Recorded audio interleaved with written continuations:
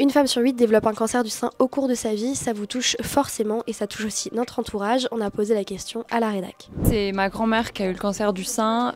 J'étais jeune à cette époque-là, donc je me souviens plus vraiment. Mais je sais, j'ai des souvenirs de elle à l'hôpital très longtemps, ma famille qui a énormément été impactée forcément par ce sujet. Je me rappelle très bien qu'à cet âge-là, j'avais vu cette chose se passer. Je connais quelqu'un dans mon entourage qui a été touché par le cancer du sein, donc je suis assez sensibilisée. J'avoue que je suis pas la meilleure élève parce que je pratique pas beaucoup l'autopalpation.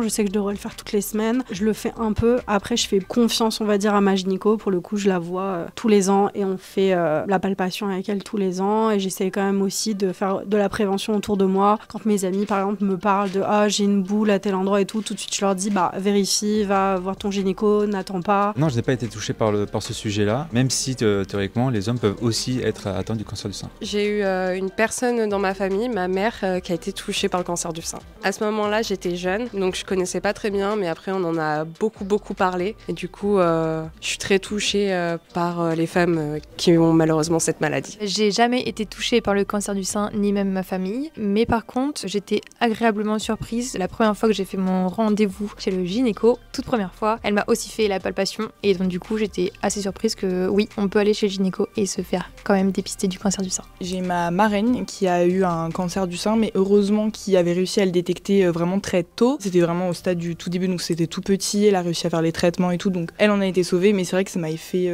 très bizarre, parce que déjà c'est une femme, heureusement elle a réussi à le prendre en charge très tôt, donc c'est vraiment très important d'aller faire ces dépistages pour voir en fait si tout va bien, surtout qu'en plus j'ai déjà eu pas mal de cancers dans ma famille qui ont touché les personnes jusqu'à la mort, donc j'étais en mode j'aimerais pas que ça refasse avec ma marraine, donc vraiment allez vous faire dépister, autopalpez-vous, vraiment c'est très important, faut vraiment pas jouer avec ça, on n'en parle pas beaucoup, mais vraiment il faut que ça se démocratise de plus en plus. Oui, ma maman, elle a eu un cancer du sein quand j'étais petite et une récidive il y a 2 ans. Déjà, je contrôle vachement quand je vais chez le gynécologue et moi, je m'autopalpe tous les mois. Pour moi-même, j'avoue, je le fais pas trop, mais je le devrais. En plus, on nous explique pas forcément vraiment aussi comment le faire. Donc je pense que si je voyais plus de vidéos sur comment le faire, à quelle fréquence aussi il faut le faire, je pense que j'arriverais de plus en plus à m'autopalper et je sais que c'est très important et je vais m'y mettre.